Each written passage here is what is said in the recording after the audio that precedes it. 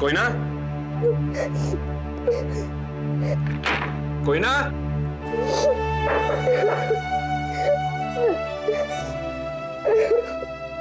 कोई ना, कोई ना, कोई ना, खोलो।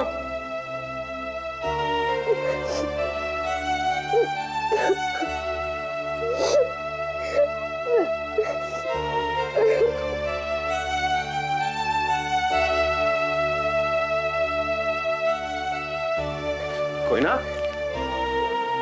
कोई ना बेटा, क्या हुआ? क्या हुआ बेटा, क्यों रो रहे हो? छोटी माँ ने मुझे डांटा। क्यों? मैंने लल्लू अंकल से बात की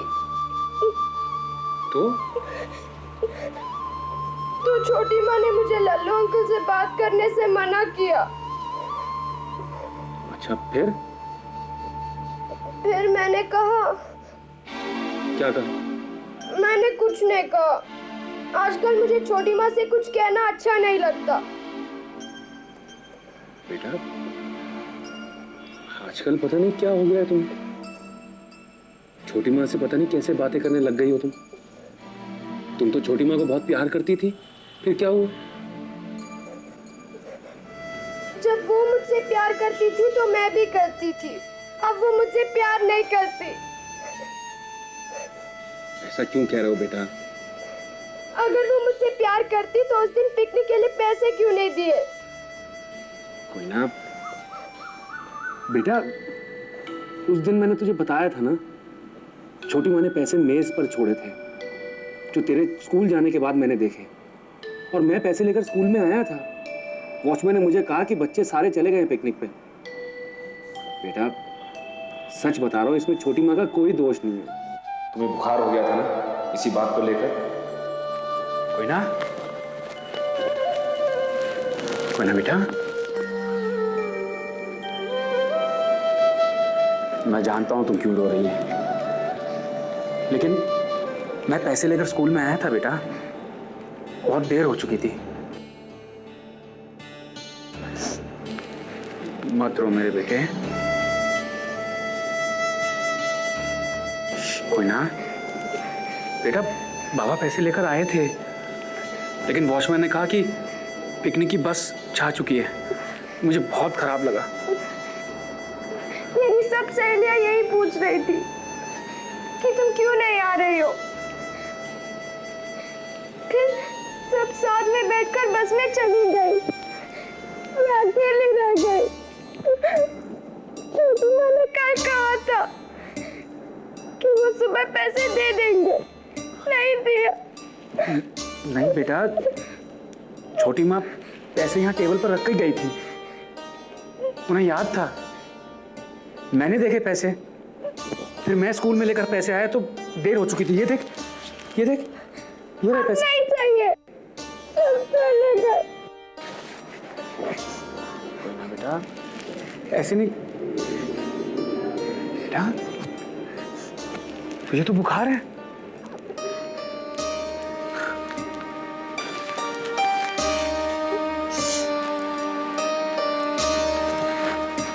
मुंह खोल, मुंह खोल।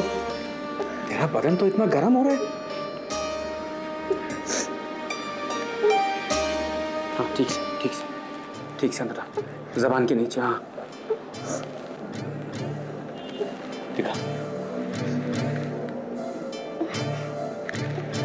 अरे, तुझे तो बहुत बुखार है बेटा। तू ऐसा कर, तू थोड़ी देर के लिए लेट जा। हाँ? बाबा, मैंने क्या किया? क्या आप और छोटी माँ मुझसे नाराज है?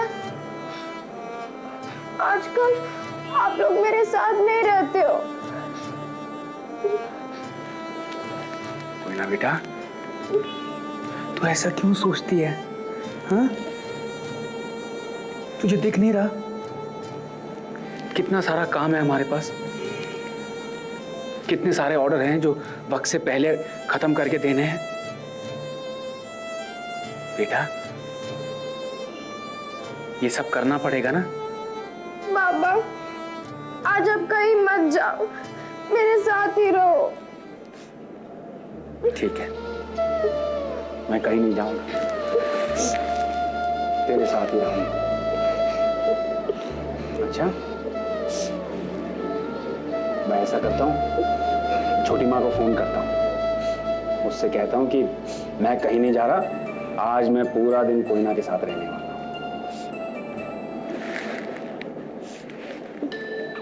मेरी बच्ची। बाबा, एक बात कहूँ? हाँ कहो बेटा। मुझे माँ की बहुत याद आती है, वो रोज मेरे सपनों में आती है। अच्छा, सपनों में आकर क्या कहती है माँ? कहती है वो मुझसे मिलने आएगी। अच्छा। बाबा, टीचर कहती है कई बार सपने भी सच हो जाते हैं। क्या मेरा सपना सच होगा बाबा? माँ मुझसे मिलने आएगी?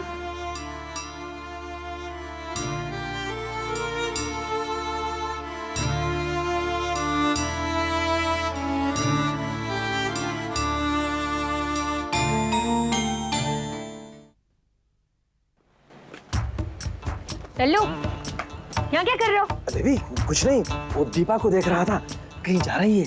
तुम्हें क्या जरूरत है उसे देखने की? तुम्हें क्या लेना देना? नहीं बेबी, आजकल दीपा का मामला कुछ गर्म है। क्या बकवास कर रहे हो? हाँ बेबी, मैं बकवास नहीं, एक पते की बात बता रहा हूँ। क्या? बेबी, सूरज और दीपा का कुछ चक्कर चल रहा है। हाँ, क्या? मैंने पार्क में देखा है उनको, हाथों में हाथ डाले हुए। बड़ी अच्छी बात है। दीपा ऐसी लड़की तो नहीं लगती। बेबी, जवानी है दीवानी। कहीं दीपा अपनी माँ के यहाँ न होने का फायदा तो नहीं उठा रही है? और क्या, यही तो बात है। बेबी, तुम जाकर दीपा की माँ को ये सब बता दो।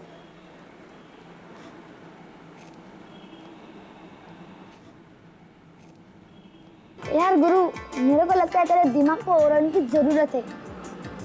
हर वक्त उदास बैठा रहता है। क्या बात है, बोल मेरे से यार। राजू, तुझे सब बात पता, उसके बाद मुझसे पूछ रहा है कि क्या बात है। इसलिए मेरा ख्याल है कि तू जल्दी हिम्मत हार गया यार।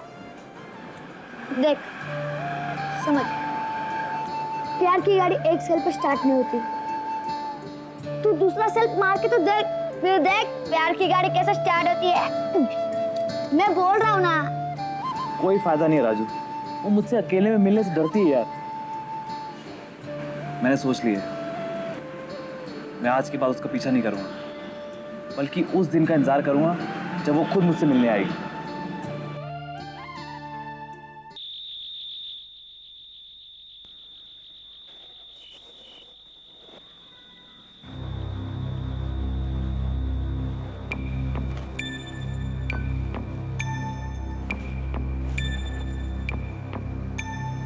शारदा, रत्ना, क्या बात है?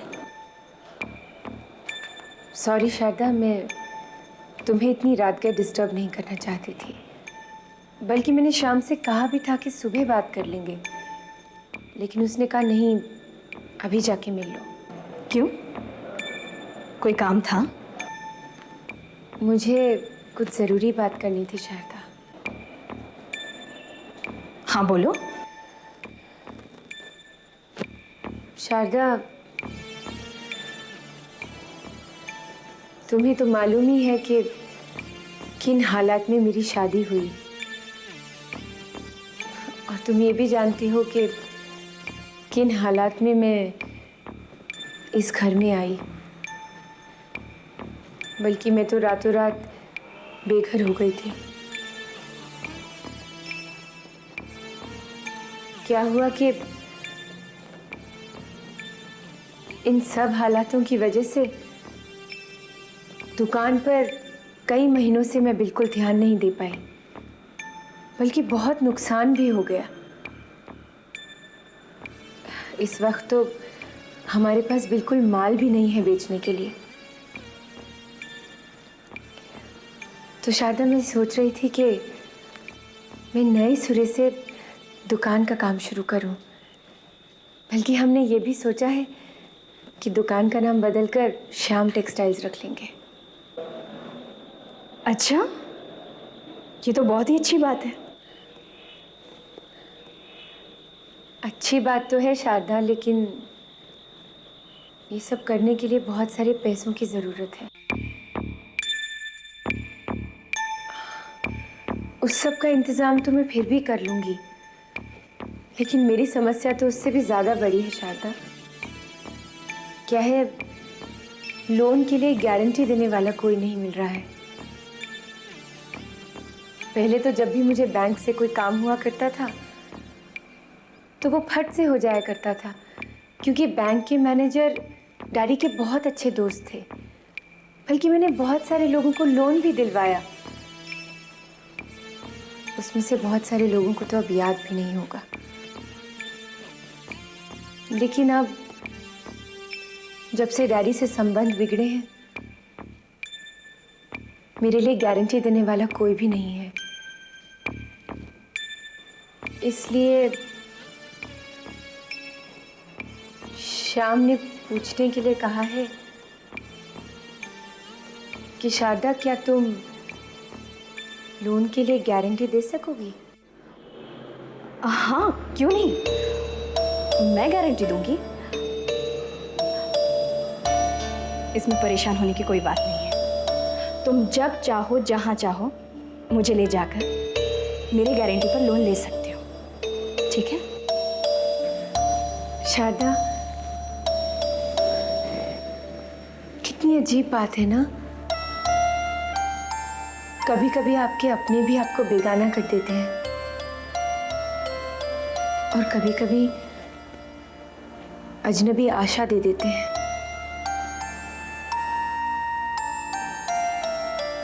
Thank you Sharda.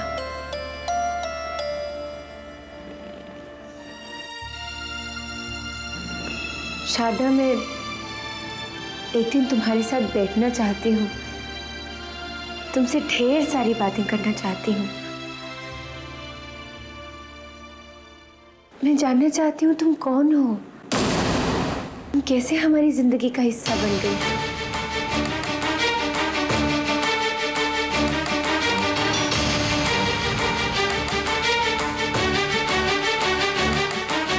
Thank you.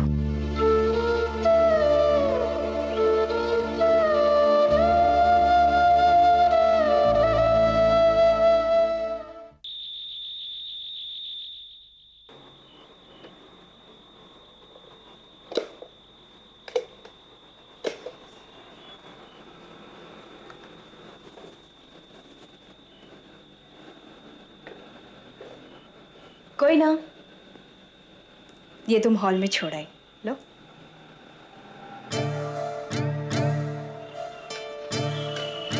ये तुम क्या कर रही हो? कोई ना,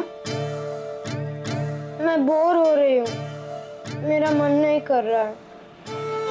मन कैसे करेगा? यहाँ अकेली बैठी रहोगी तो? चलो बाहर चलकर ढेर सारी बातें करते हैं। नहीं, गेम खेलना है, सांप सीढ़ी। मैं किसके साथ खेलूं?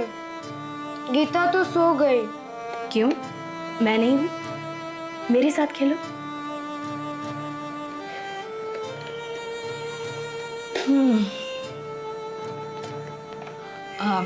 कोई ना, 10 बज गए, तुम्हारे सोने का वक्त हो गया है ना। एक काम करो, तुम लेट जाओ, मैं तुम्हारे लिए रेडियो लगाती हूँ, गाने सुनते सुनते सो जाना, ठीक है? आ, शाबाश, लेट जाओ।